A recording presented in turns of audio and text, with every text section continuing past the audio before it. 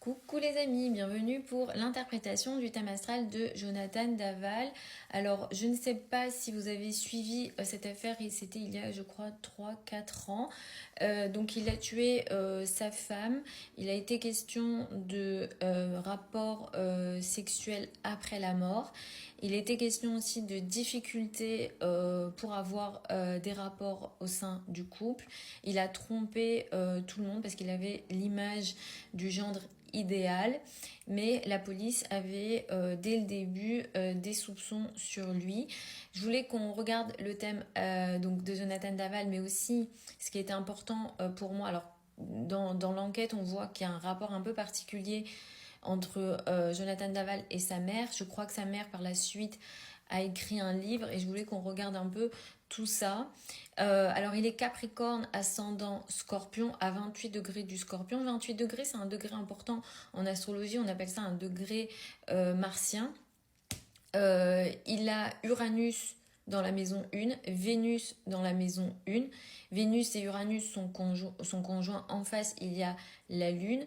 Sur le plan des relations amoureuses, c'est quelqu'un qui est très libre et qui peut même choquer, où il y a cette énergie de rébellion ou de faire les choses différemment dans les relations amoureuses. Il me semble que il est question, alors je ne sais pas si c'est une vraie info ou non, mais de relations avec un homme en prison, parce qu'actuellement il est en prison.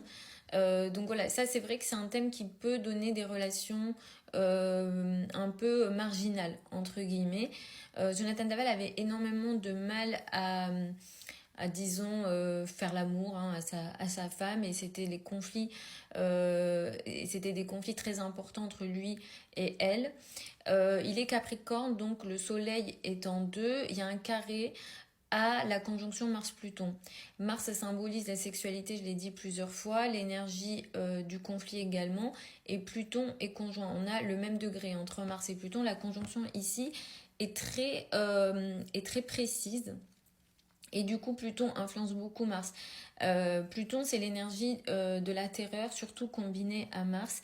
Et le fait que cette conjonction fasse un aspect à son soleil, en carré comme ça donne une personne qui peut être violente. Très sincèrement, avec un thème pareil, parce que c'est vrai que c'est un thème très violent, je pense pas qu'il a été violent que ce soir-là. Je me demande s'il y a eu d'autres moments où il a été violent, soit avec d'autres personnes, soit avec elle. Est-ce qu'elle l'a caché? Est-ce qu'elle a dissimulé ces violences-là? C'est tout à fait possible. C'est quelqu'un qui peut très vite s'emporter, mais ça prend une proportion qui va jusqu'à la mort, puisque Pluton symbolise la mort. Et ce qui est aussi assez particulier, c'est qu'effectivement, il y a eu des rapports sexuels après la mort avec Alexia, je crois, elle s'appelait, donc sa femme une fois qu'il l'a tuée. Et effectivement, Mars et Pluton sont ensemble. La Lune est en face dans le signe du Gémeaux. Une Lune en Gémeaux, ça donne déjà des émotions qu'on va essayer d'intellectualiser. Ça peut donner des émotions instables.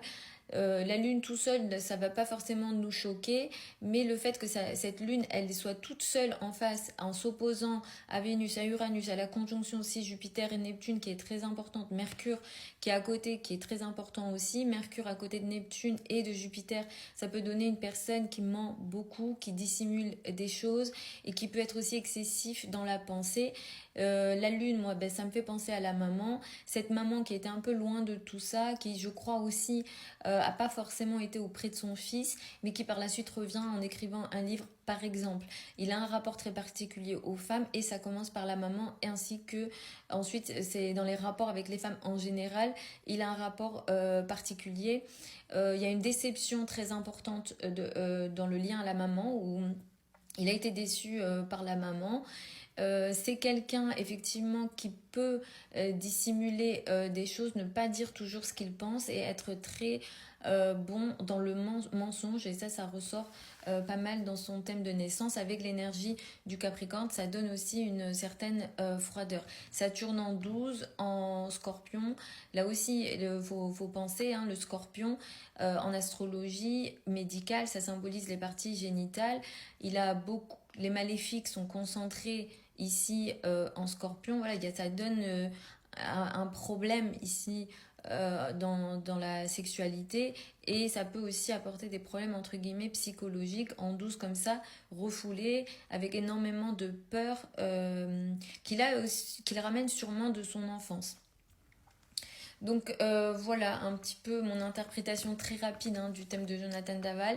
Et comme je vous le dis, ici on a un Mars qui est très mal aspecté avec Pluton notamment, mais qui est bien positionné en signe astrologique. C'est pour ça qu'on ne va pas faire de conclusion majeure pour dire que cette personne elle a un déséquilibre sexuel juste avec un aspect. Il faut être très vigilant en astrologie, mais effectivement ici il y a de gros déséquilibres autant sur le plan sexuel, autant dans le rapport avec les femmes, et c'est quelqu'un d'uranien, c'est-à-dire imprévisible, dans l'énergie du Sagittaire, qui recherche une énergie de liberté très importante, donc une situation très conservatrice.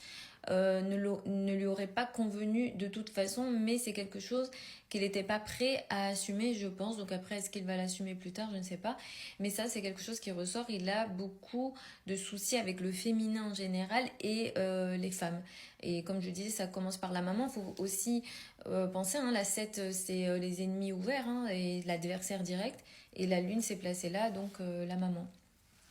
Voilà les amis, s'il y a des infos que vous avez, que moi j'ai pas, et qui peuvent aider l'interprétation, n'hésitez pas. Continuez à me donner les suggestions de thèmes de naissance, de personnalités publiques que vous souhaitez que j'analyse. Vous avez plein de liens au niveau de mon profil si vous souhaitez une analyse personnelle pour vous et votre thème de naissance. Pour celles et ceux qui veulent apprendre l'astrologie avec moi, la prochaine session de formation démarre en janvier 2025. Vous avez le programme de la formation ainsi que les modalités d'inscription sur le site internet. Je vous embrasse et je vous retrouve lors d'une prochaine vidéo.